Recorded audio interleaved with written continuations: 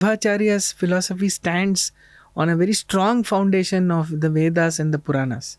It is not something that he plucked from thin air. The Mughal king came and spoke to him and asked him, "Who are you?" So he gives a superb answer. Yes. So he said, look, there is the sun that you see, it is giving light to you and to me. There is one more sun who gives power to this sun.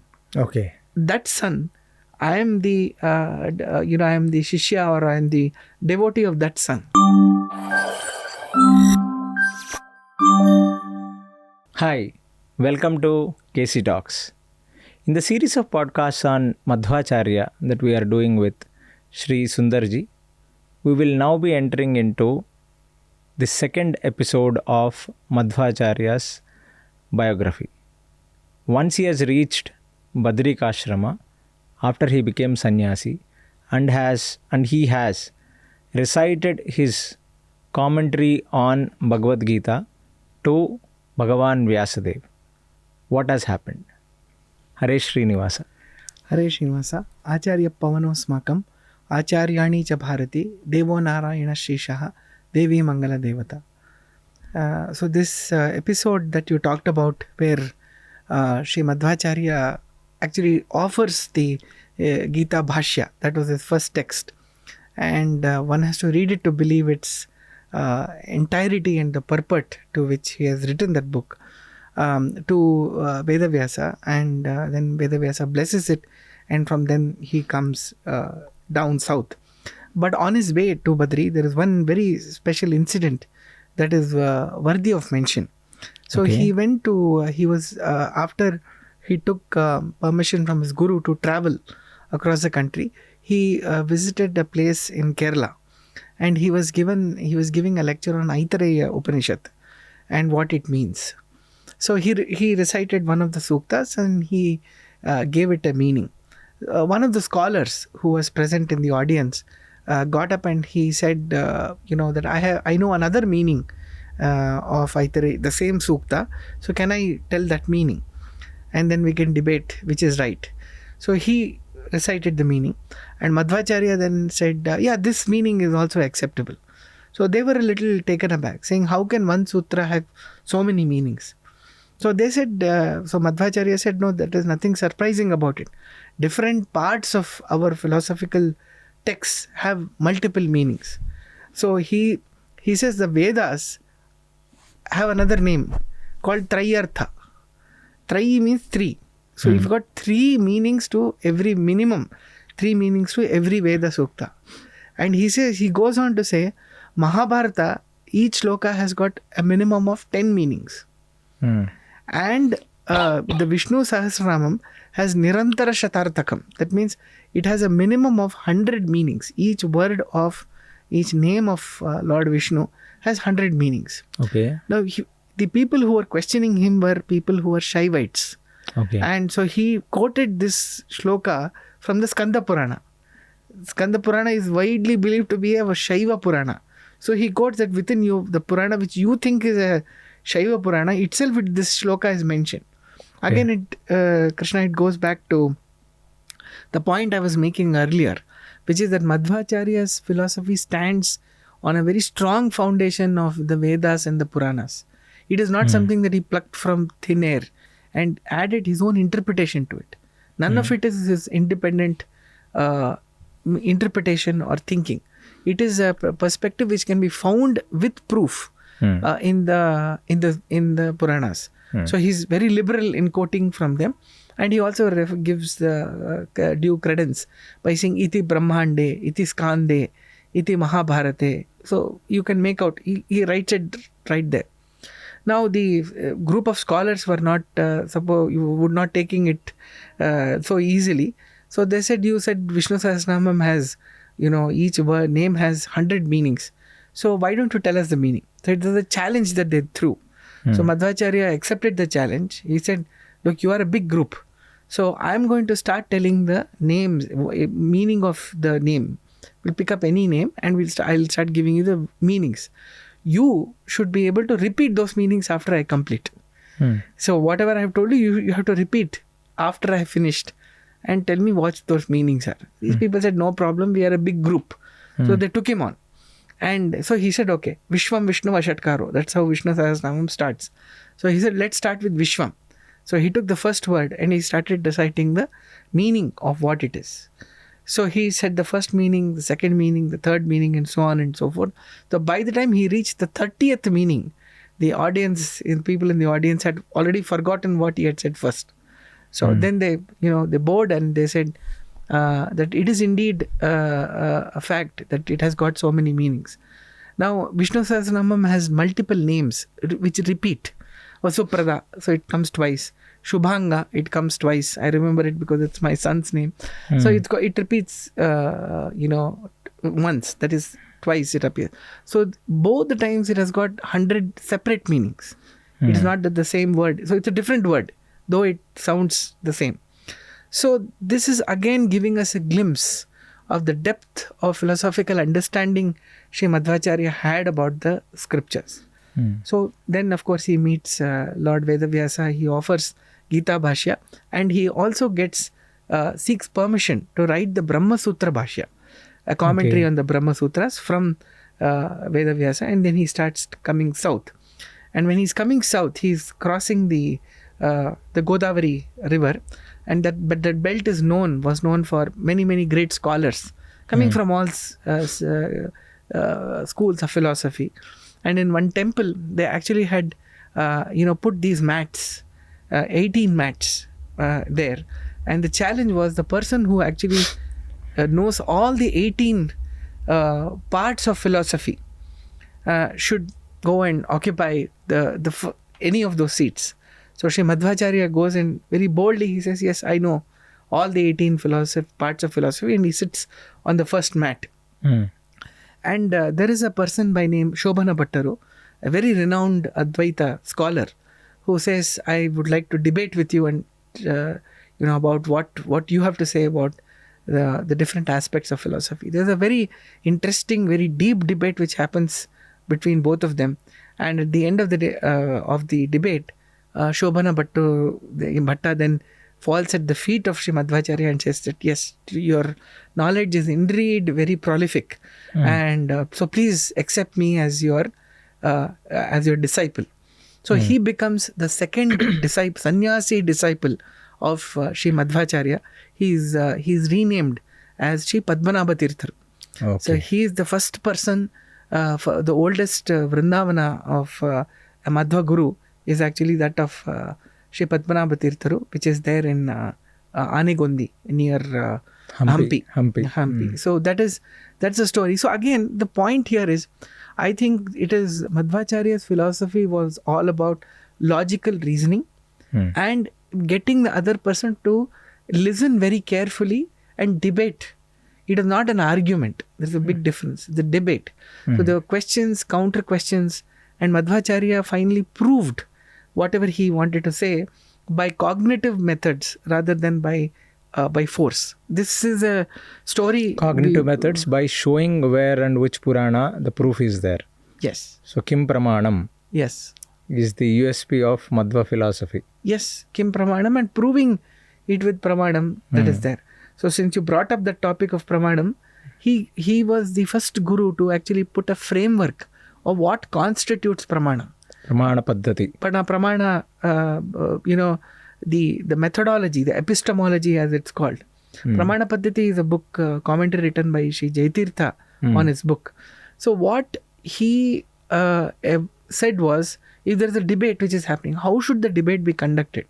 You need a framework. If there's a football match going on, you need a field. You need 2 goalposts. You need rules of the game. Rules and regulations. So he set those rules and saying, look, these are the rules which the scriptures are telling us. So we will follow that rule. So in all the Madhvacharya's texts, you will see the usage of that framework liberally being used by all his disciples, especially Sri Jaitirtha.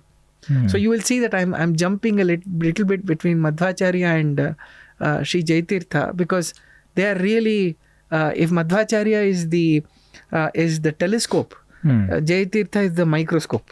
Okay. So he makes a bigger point, which Jaitirtha in his commentaries is able to explain to all of us So what was the real meaning of what Sri Madhvacharya actually said?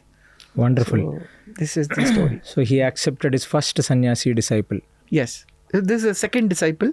The first disciple was already there by name Satyatirtha, who was a person whom he had ordained into the sannyasi diksha even before coming. Okay. He is from the Bhandarikeri Mutt lineage. The first disciple of Madhvacharya's name is Satyatirtha. Satyatirtha, yes. We don't hear much about him, no? We do. If you read the biography of Sri Madhvacharya, his name is quite liberally used. He was also the writer, the scribe for Madhvacharya. So Madhvacharya, whatever he would recite, he will take it down as a book. He also was somebody who would read the Bhashya and Madhvacharya will explain that. So he was like his research assistant, you can say. He's done seminal work on that. Very nice. So after crossing the Godavari river and accepting Padmanabha Tirtha, then what happens? So he comes down south, and then he starts to write the Brahmasutra Bhashya, which is a commentary that is there on the Brahma Sutras, and that is where the whole journey of writing texts starts at a very, very fast rate, because now he is gone across the country. He has given us some methodology there about how to study also. He wherever he went, he collected books that were printed locally, and he said, okay, what are people telling? What is the prevailing thinking on the topics across the country? Today we know India as one country. Those days it was all fragmented into so many kingdoms. Yes. So everybody had their own thinking about these issues. So he could filter out and say, okay, these are things which are acceptable and these are things which are not acceptable as per the Vedas and the Puranas. So then he started to write texts which are vada granthas. That means he was actually starting to debate on those texts as such. So that's really the next part of his whole life. So now that he has, he went to so many places, he understood the psychology of the people and what are their thought process. So again he has to now write the Brahmasutra Bhashya. Right. And so after writing Brahmasutra Bhashya, again he goes back to Badri to present it to vedavyasa? No. So there are a few interesting incidents which happen. One of that is the consecration of Lord Krishna temple at Udupi. Okay. So once he comes back traveling, he comes to Udupi, and there one day he's meditating on the seashore, what is now known as Malpe, the beach that is there, and he sees a boat which is coming, which suddenly starts to rock inside the rough seas, and those people in the boat, in the ship, are crying for help because it looks like it's going to capsize. So Madhvacharya takes out his the shati or the upper cloth and he waves at the ship, and the seas calm down, and the ship then comes and they are able to dock into the port, and so the person inside the and this is very interesting, Krishna. This whole incident is so scientific. So the person on the ship, the owner of the ship, he comes and thanks Madhvacharya and says, you have given me so much money and so much of you saved us literally. So why don't you take some of what we have got? So we are actually coming from Middle East, and we've got a lot of gems and other things that you may take from us because you've saved our life. So Madhvacharya says, look, I am a sannyasi, I have no use of wealth, so thank you, it was my duty to save you, so I've done it.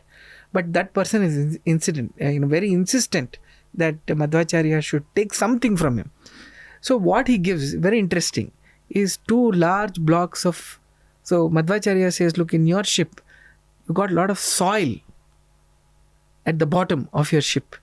Why don't you give me 2 blocks of that soil?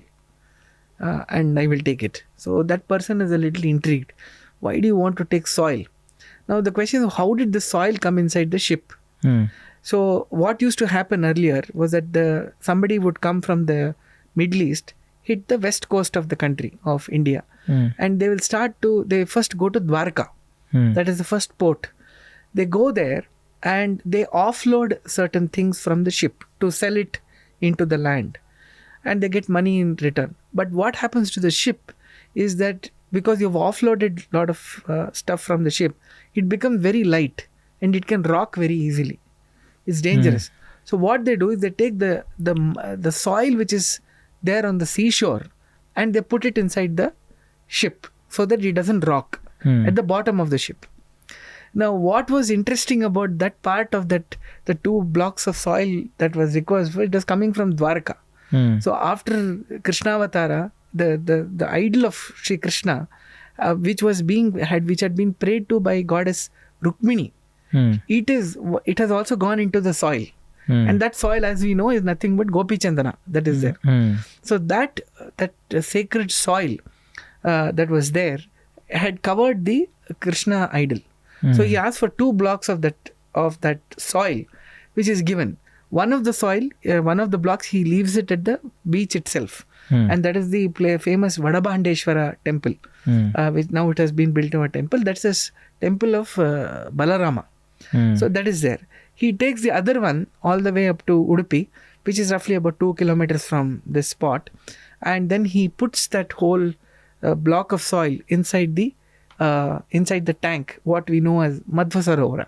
It's a lovely tank which is very sacred next to the Krishna temple. Now, there is no Krishna temple at the that water time. body, yeah. The water body.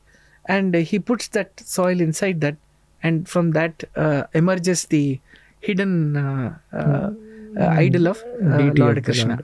So that is why if you go to Udupi, you can observe it is Rukmini Madhvakarachita, Shri Krishna.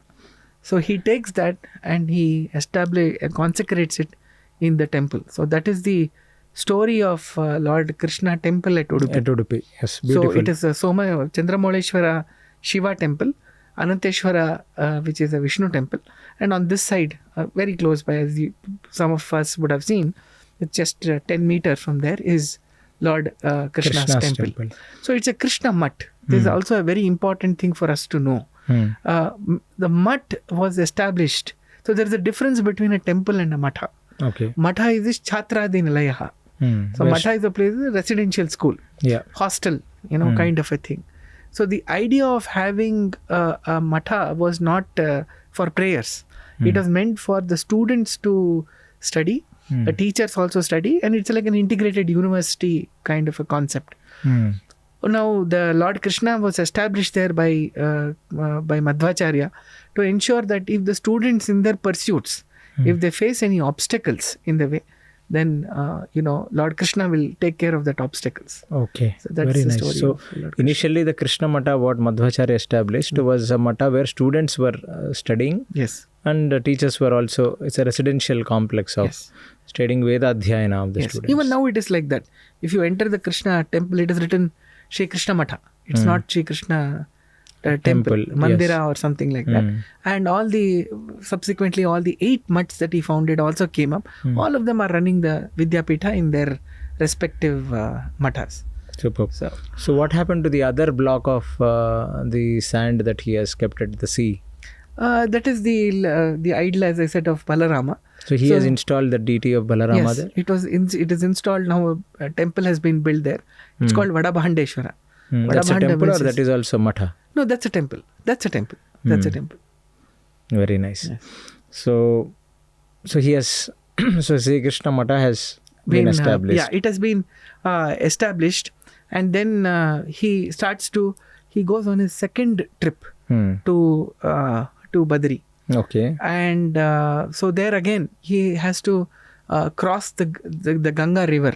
And on the other side is the Mughal king who is ruling that place. And he crosses the river, and they are worried. All these people are guarding it, saying these people are walking on the water. Madhwacharya is able to walk on the water, and take his disciples along with him, and he goes to the other side. And so they are very stunned, and they think, oh, these people have come to attack us. So they go and ask him, who are you and why are you coming to attack us? So Madhwacharya says, do I look like a person who is coming to attack you? And the interesting thing there is, apparently he spoke in Urdu and Persian. So then they don't know what to do, those soldiers, they don't know how to answer. So they go and call the king himself, the chieftain and the king. that there is somebody like this who is saying that he means no harm. So the Mughal king came and spoke to him and asked him, who are you? So he gives a superb answer. You have to explain to somebody who doesn't understand the concept of God like the way it is in the Sanatana Dharma. Yes. So he said, look, there is the sun that you see, it is giving light to you and to me. There is one more sun who gives power to this sun. Okay. That sun, I am the, I am the Shishya, or I am the devotee of that sun. Okay. So this person is stunned to see such a beautiful answer, because it is something that he also can relate to. Without getting into the nitty-gritties and technicalities of things, he gets it. So he immediately says, look, I'm so impressed. I would like to give half of my kingdom to you. He says, I am a sannyasi. I am not going to take any of this. And it is said that in God, if God is the emperor, Vayu is his Yuvaraja. So when he's got the whole Brahmanda to himself, taking half the kingdom of the king did not make any sense to him. So this answer is very unique, because this is the same answer that Hanuman gives in the court of Ravana. Oh. So Ravana asks him, who are you? So he could have given any, response. He could have said, I am Kesari's son, I am Anjana's son, I am, Sugriva's friend. I am, what I've done just now, I've crossed the ocean which nobody else could cross. And he could have given multiple things and talked about his prowess. He just says one thing, Dasoham Kosalendrasya. I am the servant of Lord Rama. Kaushalapati Rama. Dasoham Kosalendrasya. Ramasya aklishta karmanaha. That means I execute whatever my person has said. This person, he crossed the river. Madhwacharya crossed the river, whereas he crossed the ocean. And Ravana asks him a question, saying, like you, how many more people who are as powerful as you are there in Rama's army? Because he wants to gauge what he's up to. So Hanuman gives an answer which again I think only Hanuman can give. He says, in Rama's army, I am the weakest person. I am the weakest person. So it serves two purposes. The immediate thing anybody will say, I think Hanuman must have just lied so that he can scare Ravana. Imagine the weakest person has done this and everybody else is stronger than this guy, then where do I stand a chance? But so that is one way of looking at it. The other real spiritual meaning is, if Lord Rama wants, he can make everybody in his army more powerful. Than Hanuman. So what you see in the Madhvacharya's works, and that is stunningly repeated, and we'll see more evidence of it as we go, is that there is an enormous amount of vinaya, and that acknowledgement, this is not my work. Naham karta hari karta. Tat puja karma chakilam. So I am not the karta. Hari is the karta. So that spirit that that is embodied and that is used every time comes very naturally and very intrinsically to Madhvacharya and the people who believed in that lineage. So that's a real humility. That's a real humility. That you're doing it from a position of absolute strength. Hanuman has vanquished everybody there, and Madhvacharya has walked on river. So he knows that he's somebody indeed very, very powerful. So that is the story. And then from there on, of course, he goes to Badri again, and then he offers the Bramsuthra Bhashya, and he also gets Narayana to order him that he should write another I would say the encyclopedic work, which is Mahabharata Tatparya Nirnaya. Oh, Mahabharata Tatparya Nirnaya is asked by Vyasa Bhagavan to Madhvacharya to do that, is it? Yes. Very nice. Absolutely. So he is offered Gita Bhashya, Bramsuthra Bhashya has been offered. Now Mahabharata Tatparya Nirnaya, he gets the order to write that himself. So that is the story. He comes down south, and then he ordains many more people to the sannyasa diksha, and he founds the Ashtamatas of Udupi, what we now know as the Ashtamatas. Why Ashtamatas? So it is, see, the concept of a mutt was to really propagate a philosophy. So when you say that, Ashtadik, 8 directions. Dikpalakas, yeah. Not Dikpalakas, 8 directions. Yes. So you got in all directions, Madhva philosophy should flourish. Yeah. So keeping that in mind, he, symbolically ordained 8 sannyasis over several years to found the Ashtamatas. And he has done, gifted each one of them one particular idol of the god to them, and which they have now continued in the lineage. Oh, that is all the main ideals of these Ashtamatas are given by Madhwacharya himself personally? Yes, Madhwacharya himself, made by him. So they were all made by him in the sense what? Handcrafted by him. He's handcrafted by Madhwacharya? Yes. Oh, very nice. So all these people, all the gurus who were there in the Madhvacharya lineage were all very good craftsmen as well. They had, that's one of the kalas. Out of the there are 64 such kalas, yes. Kalas, arts, forms of art. One of that is making idols of different, using different metals. Making it with silver is different, making it with gold is different, making it with panchaloha or something else it takes a different form of skill to be able to do that. So Madhvacharya has made it with his own hands and gifted it to all those people. You can see all of them are available with the respective mutts even today. Many of them have multiple idols of gifted by Lord Sri Madhvacharya to them as well. Okay. Every day the puja is done following the same procedure which was followed by Sri Madhvacharya at that time. 800 years back. Yes, absolutely unabridged. Prayers are offered using that. So these 8 mathas that he has established, then there should be 8 sannyasis for every matha. Yes. So these 8 sannyasis were all mostly converted from Advaita to Dvaita? So they were not converted. As I said, there was a sect which is already there. So many of them were ordained.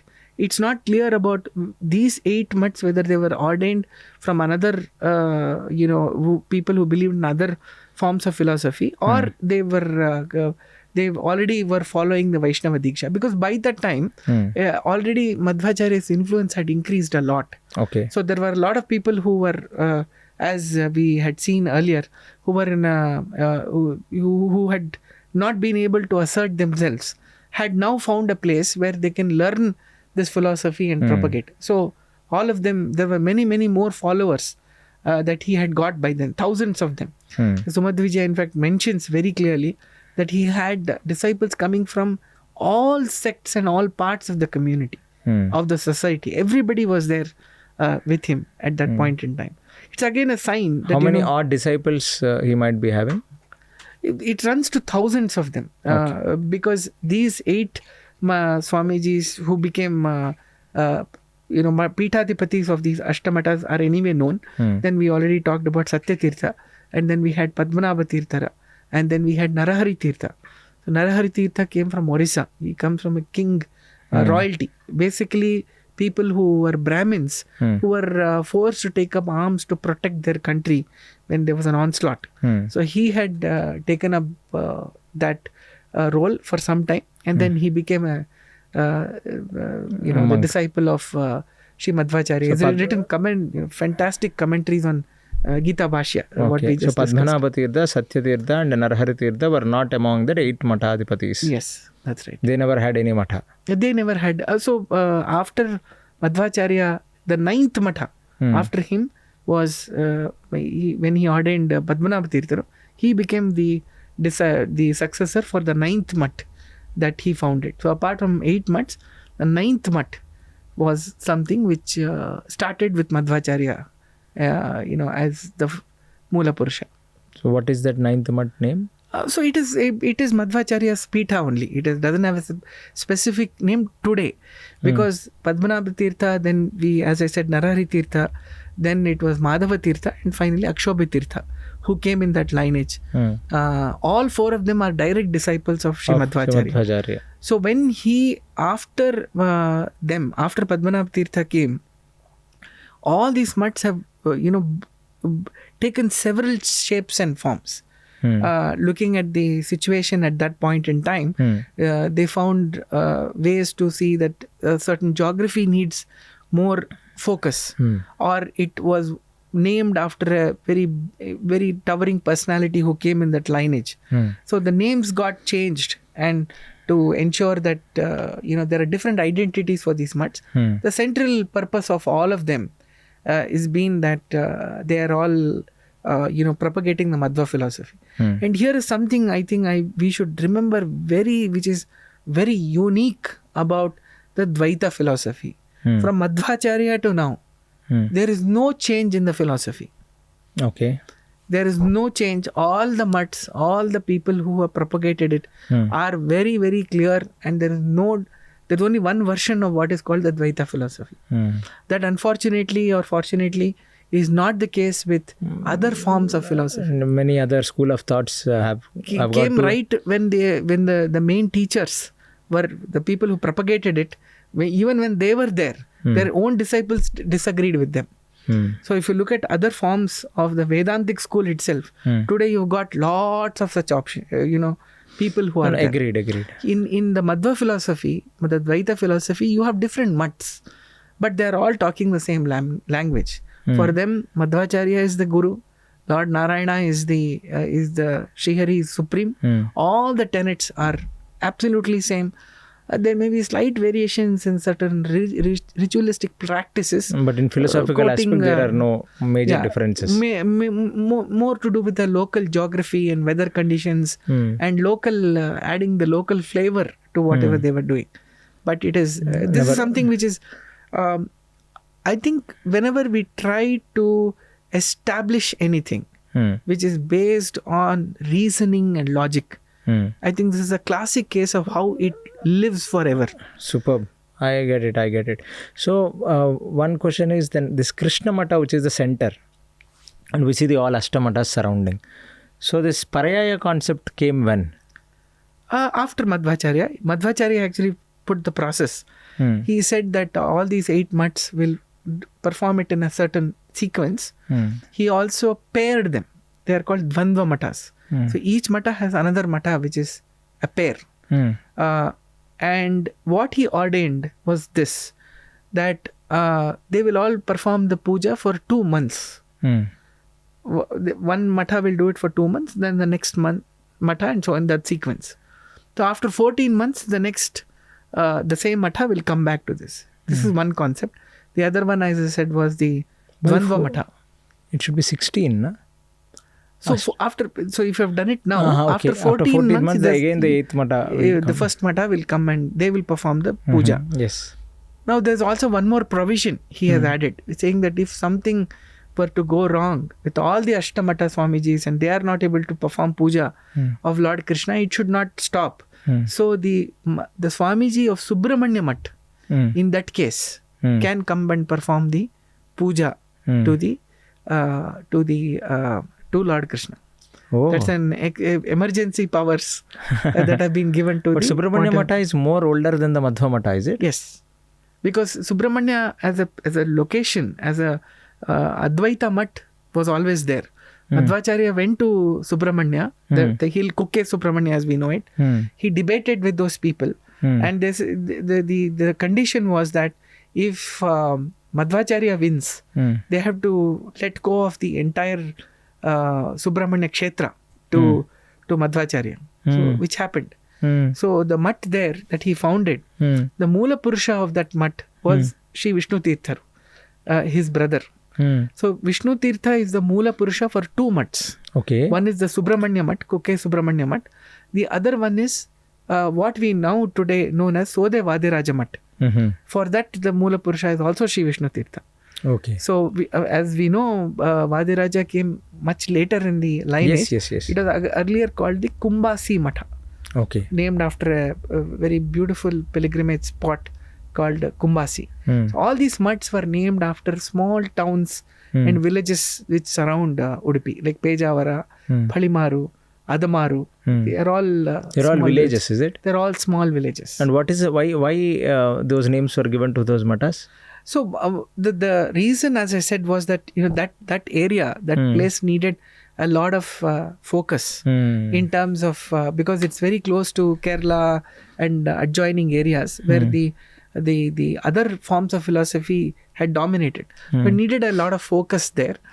So it is more to ensure that that particular place gets more focus. So in terms of Palimaru means philosophy. the main chief pontiff of Palimaru, that sannyasi, is supposed to take care of the Palimaru village Yes. and preach there. That was Yes. the whole idea. Not with which there. It is like the headquartered there, and that whole region.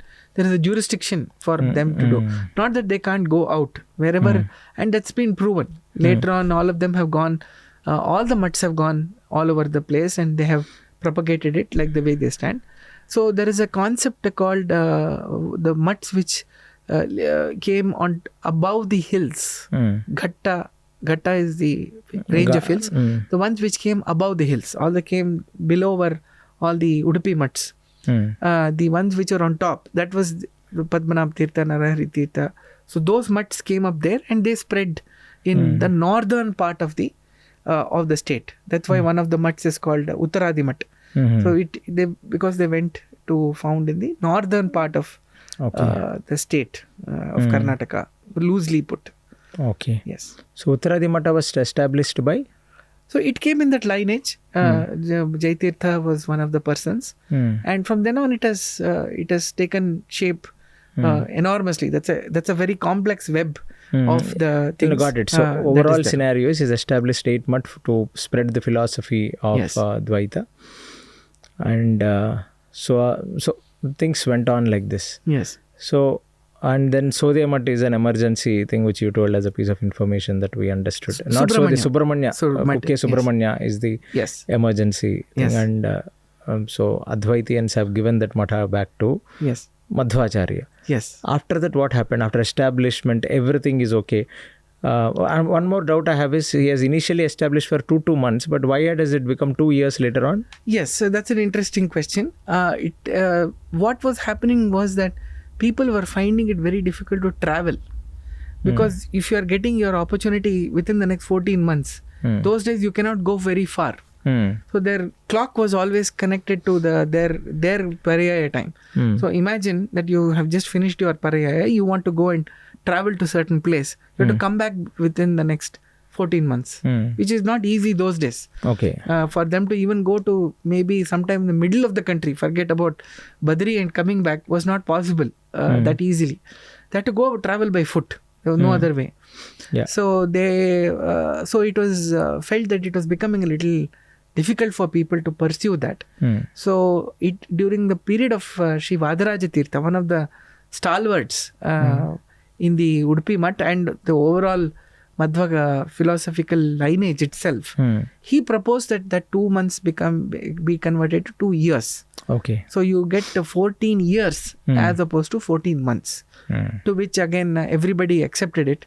Again a sign about Sri Vadaraja's towering personality to have been able to influence everybody to make the decision. So from that time onwards, it has become. So it is Vadiraja Tirtha who changed this 2 months to 2 years. Correct. So once this entire Ashtamatas are established in the management principles of how that school of Dvaita or Tattvavada philosophy should function and how do you preach that philosophy to the common people, all of that is fixed. Then what happened next? There is another very important philosophical milestone which happens in a place close to the present Udupi. There is a very famous scholar of that time called Sri Triikrama Pandithacharya. Okay. So his family name is Pandithacharya. So you can imagine what a scholastic family he used to come from. So everybody in his family is titled Pandithacharya. So he was a person there, and he was an Advaiti scholar. But somehow he was not convinced entirely that what the Advaita which is being talked about, and Nirgunatva, which is saying that the God or the Supreme Being does not have any qualities. He has no gunas. was not something that he saw was getting reflected in the Puranas. That was his main, pain point, which he could not assimilate. So for a long time, he was studying different forms of philosophy, asking different people, but he did not get a convincing answer. And Sri Madhvacharya, to his good luck, visits his own village. And he performs what is called Chaturmasa. So Chaturmasa is basically 4 months, starting in the months of June, July onwards, where a pontiff or a sannyasi should not travel. So a sannyasi is not supposed to stay in a town for more than 3 days. But during that period, those 4 months, 2 months he has to stay in one place. One of the reasons for that is it's a rainy season. It's not easy to travel. Second thing, from a spiritual perspective, the real reason was that if you want to create an impact, you have to spend some time there. Yes. Every 3 days, if you are going to a new village, the follow-up action that is required for any kind of a spiritual activity cannot be there. Like, for example, giving a discourse or ordaining more people or having these debates, all that takes time.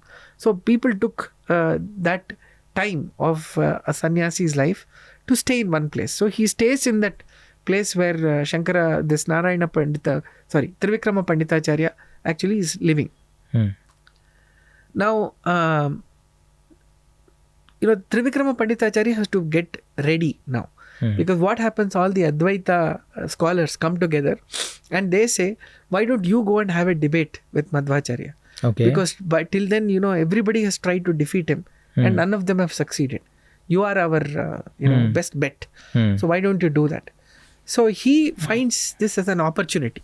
He didn't go there to have a argument. He said, let me have a debate and I will list down all the questions which I have and I will ask him. And that will become my debate. But for that, he has to be prepared about what Madhvacharya has said. How does he find? So I think this is where God really comes to one's rescue. First of all, Madhvacharya came to his town. The other great thing which happens is, he has a younger brother. Trivikrama Pandithacharya has a younger brother by name Shankara Pandithacharya. And who is Mr. Shankara Pandithacharya? He is the librarian for Sri Madhvacharya. Oh. What a divine blessing this is. I will not say coincidence, because then it will lose its spiritual meaning if I say that. Yeah. So the person in his own house has got all the books of Sri Madhvacharya. Now, what is all the books? All the books he's collected all over the country, which I mentioned earlier. And also the books that he has written are all available with him. Now, you just look at how open-minded people in those days were. Two people with totally different opinions are living in the same house. Yeah. Right? And his brother's name is Shankara Pandithacharya. He didn't say you change your name. Trivikrama is name of Lord Vishnu. Shankara, he says no, that is the name which is being, and what is wrong with having Lord Shiva's name? Vaishnava Nam Paramo Vaishnava, Lord Shiva, Shambhu. So why should we do that? He is also a disciple of Lord Narayana himself. Yes. So that was the thinking. Anyway, this happened. So he saw, okay, now let me read. But he has one challenge. That Shankara Pandithacharya was not just a librarian, but he was a voracious reader. Unfortunately for Trivikrama Pandithacharya. Because he had some hesitation to ask him for those books. He was feeling a little, there was some, how do I ask him? For my preparation, I'm using Madhvacharya's books. So that goes against the spirit of that fight itself. So he had to wait for, Shankara Pandithacharya to go to sleep. So that then he can go and take those books. But Shankara Pandithacharya himself was a voracious reader. So he would not sleep at all. He would sleep very late. So at that time, Trivikrama Pandithacharya would go wait for that moment, take those books and prepare. And then he realized that it is beautifully answering all the questions that he had in his mind. And I can tell you personally, from my own experience of learning Madhva philosophy, if you have a question in your mind and somehow you're not finding the answer, just continue with your studies of Madhva philosophy, you will get the answer. There will be one line in one of the Madhva texts which will answer your questions very, very sharply. Okay. This is my personal experience, not once, but many, many times. It Well, looks like Madhvacharya wrote that line only for you. very nice. It is Beautiful. my experience.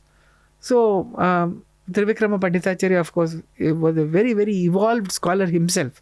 So, he could see all the, nuts and bolts falling in place beautifully. And then he decided to go in for the debate. So, the debate between Madhwacharya and Triikrama Pandithacharya lasted for a very long time, 18 days. And there were counter questions and so on. That is captured beautifully in one of the cantos of Sumadhya Vijaya, the canto number 15.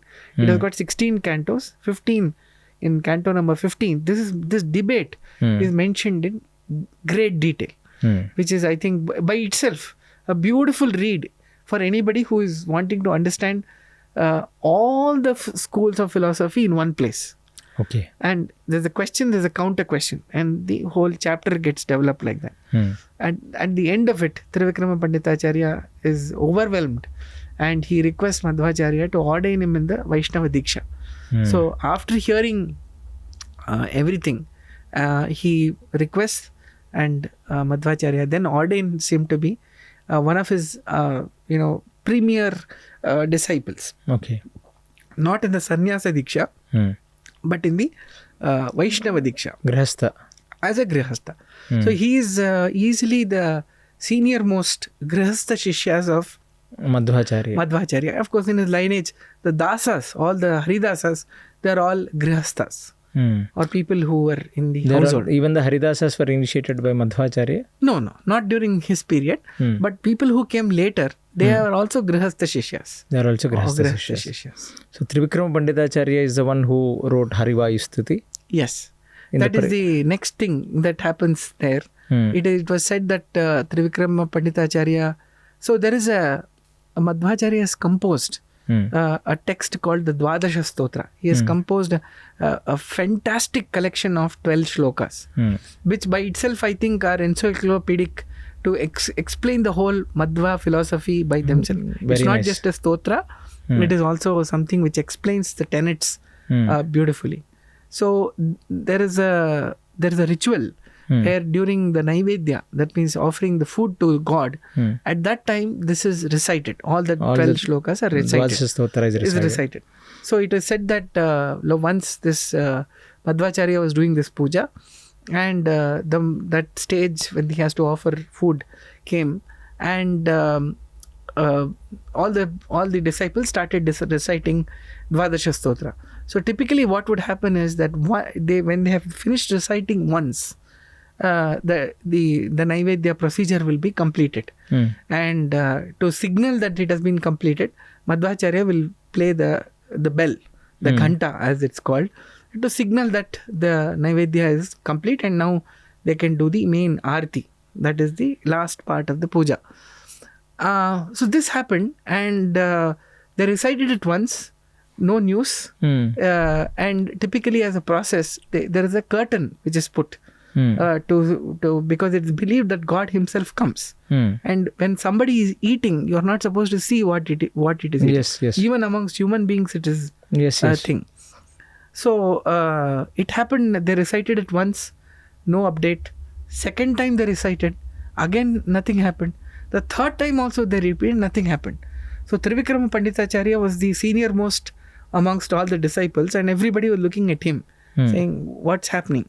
So he then said, okay, let me check, because he is left with no choice but to check what was happening and why this process was taking such a long time on that day. And he just moved the curtain, and what he saw was something that mesmerized him beyond imagination. So he saw that Madhvacharya actually was sitting in 3 different avatars. What we said earlier, that he is an incarnation of Vayu.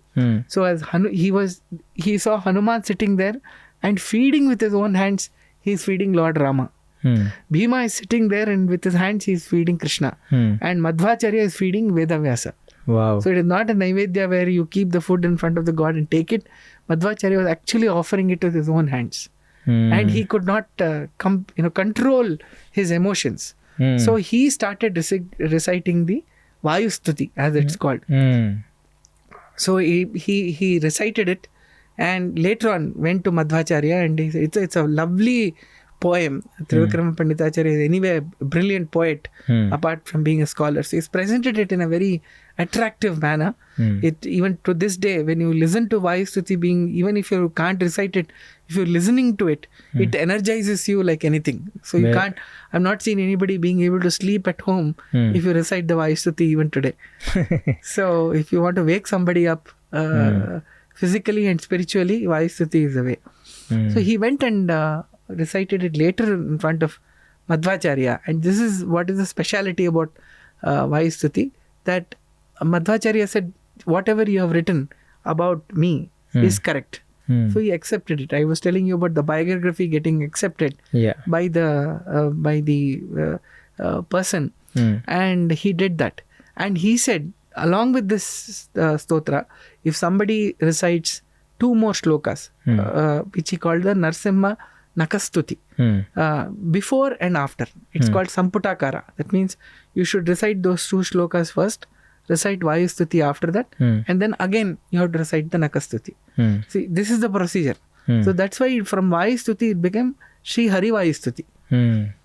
So that is a collection of stothras which got created, and that is the next very important milestone incident that has happened. Yes. So that is where people came to know that he's an incarnation of Vayu, Bhima and Hanuman. See, the close set of disciples anyway knew about it. And you may ask me, how did they know? They might have thought about him as a great guru, but how does it prove that he is Vayu? He himself has written it. In all his 37 texts, Madhwacharya has written 37 texts. They are called the sarvamula granthas. Yes. Out of those 37 sarvamula granthas, 19 of them, he has written one shloka, which he talks about how he has taken 3 incarnations, and his name Madhwa appears in the Vedas. That is the very, very unique aspect of Madhvacharya. His name, that there will be somebody like this coming in and incarnating, is mentioned in the Vedas. Okay. And he recites that shloka. It is there in 19 out of the 37 texts. 37 books. So in his lifespan, he has written 37 books. He has written 37 books. And all of that is called as Sarvamula Granthas. Yes, he has written other granthas also. But these 37 granthas are the main ones. Which They're all present now? All 37 fortunately are available, but today the whole gamut of those books has expanded a lot, because each one of them has got brilliant commentaries. Finally, I think the size of the books gets so big that they can't print all the commentaries. It's that big, especially on the bramsutras. So he has all those 37 books. We are very fortunate to have, because that inspired a whole lot of Madhwa literature which came on that. I would like to use a slightly harsh word, ruthless. They are all ruthlessly images of Madhvacharya's work. That means they reflect the Madhva philosophy unabridged. You can't find a letter, let alone a sentence, which goes against what Madhvacharya has said. It's unimaginable, Krishna, if you think about it. No, I can. 800 years, right? How many things stand the test of time? No. Nothing can stand, especially works which are to do with philosophy of all things. Yeah. At least art has got some consistency, but philosophy is anybody's philosophy. Distortions are bound to come. But it's very that you people have maintained the legacy of all through this 800 years without a single distortion in the philosophy is applauded thing. Yes. It's not an easy task. Absolutely. Mughals came, the Britishers came. There were so many inter-state wars which happened in all these things. And that is another thing you will see in the Madhwa lineage. They didn't build temples. Yeah, There aren't any big temples. Only They're built Mathas. Mathas here and there. All the temples that they have built are also fairly small temples. Yeah. Even the Udupi temple, as Krishna temple also looks like a small matha it's only. a very small temple. It's a very small temple even by South Canara standards, where temples are many Very big, yeah. and at least of decent size, if not the size of Tamil Nadu. And I think there's a message here that temples may be there, may go, but the philosophy is kantastha in those days. It was there in people's brain. Yeah. So that cannot go away. That will never go away. And that's probably more important to save. So if somebody attacks a temple, take your books and run, was the tenet which was laid there. That's how these books have been preserved. Definitely, in order to continue a legacy of 800 years of not even a single piece of a distorted philosophy, it's not an easy task. So after writing all these 37 books, sarvamula granthas, then what happened? So I'd like to, as we said, there are a lot of books he has written. One of the books, there is a bit of a story. So he goes into a village in South Canara district, and all of them, they come together and they request Madhvacharya that, we are absolutely in very deep trouble. All of us have different trouble. How do we solve all of our problems? So for a question like that, he gives such a beautiful and direct answer. That is nothing but the text of a grantha called Sri Krishnamrita Maharnava. He has given in a very short manner how can people emerge out of their problems. So his belief is that if you want to solve a problem, you can't solve it at the same level that you created it. You have to go one level higher. So there has to be a spiritual way in which you solve your problems, because whatever has happened in our lives is all because of our own karma, and we have to overcome that first before these problems stop troubling us. So this was his philosophy. So that is Shri Krishnamrita Maharnava, very very useful text which is there for anybody who is facing any kind of challenge. That also shows again that Madhvacharya's focus was not just on scholastic and intellectual topics, but also something that touches the common man.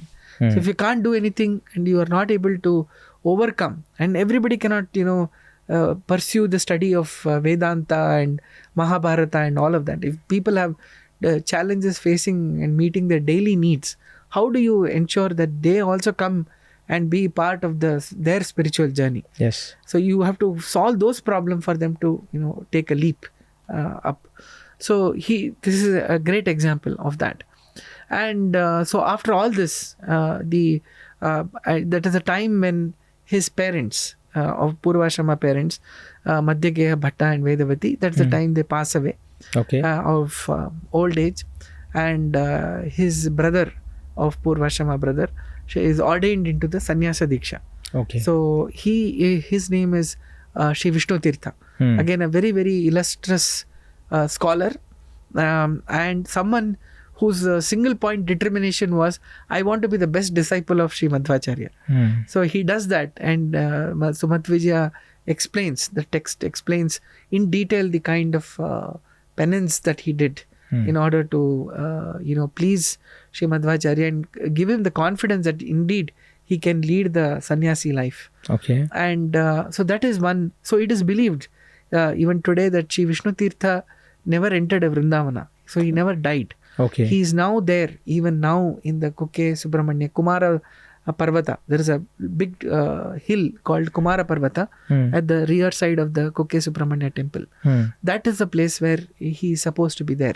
And his purpose is, at some stage in the Kali Yuga, when the whole Dvaita philosophy will again start to weaken and at one stage almost disappear, he will come and restart the whole the Dvaita philosophy from where it is at that point in time. So till then he's doing penance over there. Tapasya. Even to this day, many people feel his presence in the hill. So when I went to Kukke Subramanya recently, all of them had stories to tell me about how they have actually seen somebody like that even now. and Okay. people have very special experiences when they go to Kukke Subramanya and sleep in the mutt overnight. Many of them have that kind of experience. Wow. So that is about Sri Vishnu Tirtha. So all this, with this, the main purpose, I think, of Lord Vayu incarnating of Sri Madhvacharya is now complete. He has corrected all forms of philosophy. So if you look at if you imagine like a grid of all the philosophical topics, Madhvacharya is the only guru who ticks all boxes. Okay. So he has covered the Vedas, Rig Bhashya. He has covered the 10 Upanishads. He has written 2 texts on Mahabharata, Mahabharata Tatparnirnaya, and a poem, poetry in the poetic form called Yamaka Bharata. And he has written 2 texts on Gita. So, and Purana, Mahabharata Tatparnirnaya, and Gita and Bhagavata Tatparnirnaya on Srimad Bhagavatam. He has written that. Sthothras, Nakastuti he has written. He's also written a sthothra called Kandukastuti. That is like tapping of a ball. It is he's supposed to have written it when he was a young boy. So it goes like somebody is tapping a ball onto the ground, and the sound that it makes, that the sthothra moves in that meter. You know? So that, and of course Dwadasha sthothra that we talked about. All this completely accepted by Lord Vedavyasa. That's the core thing. That whatever he said is something that is accepted by Lord Vedavyasa, and he has said that yes, indeed, these are the things that should be studied as the right interpretation of these texts, of the Mula texts. Sri Madhvacharya's style is very unique. He's very pithy. Somebody was saying that he is painfully pithy, because sometimes he writes very, very short sentences, but only when you read the commentaries written by other people in his lineage, that you will see that, what profound meanings each letter, forget a word, each letter and the sequence of that letter, of those words, has in the philosophical world. So just to give you a line, if he writes 4 or 5 words, Jaitirtha will write at least 10 to 15 sentences. Okay. And all the subsequent commentaries, like Sri Vyasaraja, will write anywhere between 3 to 4 times of that. So you can imagine how much of a packed meaning each one of them has. So after he had completed it, the story of Sri Madhvacharya starts in the Ananteshwara temple, and it ends in Ananteshwara temple again. Wow. So same temple, he was sitting and he was reciting the Aitareya Stuti, that is Aitareya Upanishad. He was explaining the meaning. So once that happened, there was a Pushpa Vrishti. That means the flowers came and fell, from the gods, and it covered him completely. So when the disciples went and removed all the flowers, they didn't find Sri Madhvacharya there. So his avatara is over. So he has gone to Uttara Badri, and he's learning from Sri Vedavyasa even today. And what is Uttara Badri? It's a Badri. There are 2 Badris. What we all visit is Badrinath. There is another Badri which is further to that, which is Durgama. Nobody can go there. It's only the gods who can go there. Okay. So nobody can go. It's a forest area. It's absolutely inaccessible. So there, Lord Vedavyasa is there. His ashrama is over there. Oh. So Madhvacharya goes and is continuing to study the philosophy from Sri Vedavyasa. So one of the names that Madhvacharya has is Sarvagnacharya. Means he knows everything. Okay. And his another name is Purna Pragna. Purna is complete. Purna Pramati. That means someone who knows everything. He is going and learning from Lord Vedavyasa. So if anybody thinks that he has studied everything that is there in philosophy, this picture of Sri Vedavyasa teaching Sri Madhvacharya should be seen. And see, so that's the power of the Dvaita philosophy, that even today it is getting nourished. Okay. Madhva lineage has come. I talked about the 9 mutts. Those 9 mutts have now become 24 mutts. And the pursuit of that philosophy is happening in, I don't know, countless homes all over the world today, and it stands tall as a great pillar of philosophy that is giving a genuine alternative to the thinking of monoism, because Definitely. everything else culminates in thinking of monoism. But Madhvacharya's dualism, again using a harsh word, is ruthlessly dual without compromise. Definitely. So a story which is started from Ananteshwara temple and ending at Ananteshwara temple. I was lost in this story narration of yours. Wonderful, such a exalted Acharya's life. I feel it is a blissful moment for me to listen to you telling the entire episode of Madhwacharya's biography. Right. Thank you so much, Sundarji, for this beautiful opportunity. You gave me an opportunity to hear this, which I've been craving from many years to hear this. That's all I can say, Krishna. It's our fortune that we are able to hear this and share whatever little we know about these things. And that's what we say, Acharya Srimad Acharya Santume Janma Janmani. That may he be our Guru all our for all the lives all the coming, janmas, so that we'll keep the I started by saying the importance of Guru. So the Guru, he's like the pilot. Everybody else can go to sleep except the pilot. Yes. So for us, may he be our pilot of our spiritual journey, and then we'll rise forever. Thank you so much for your beautiful autobiographic podcast on Sriman Madhvacharya. Hare Srinivasa. Hare Srinivasa.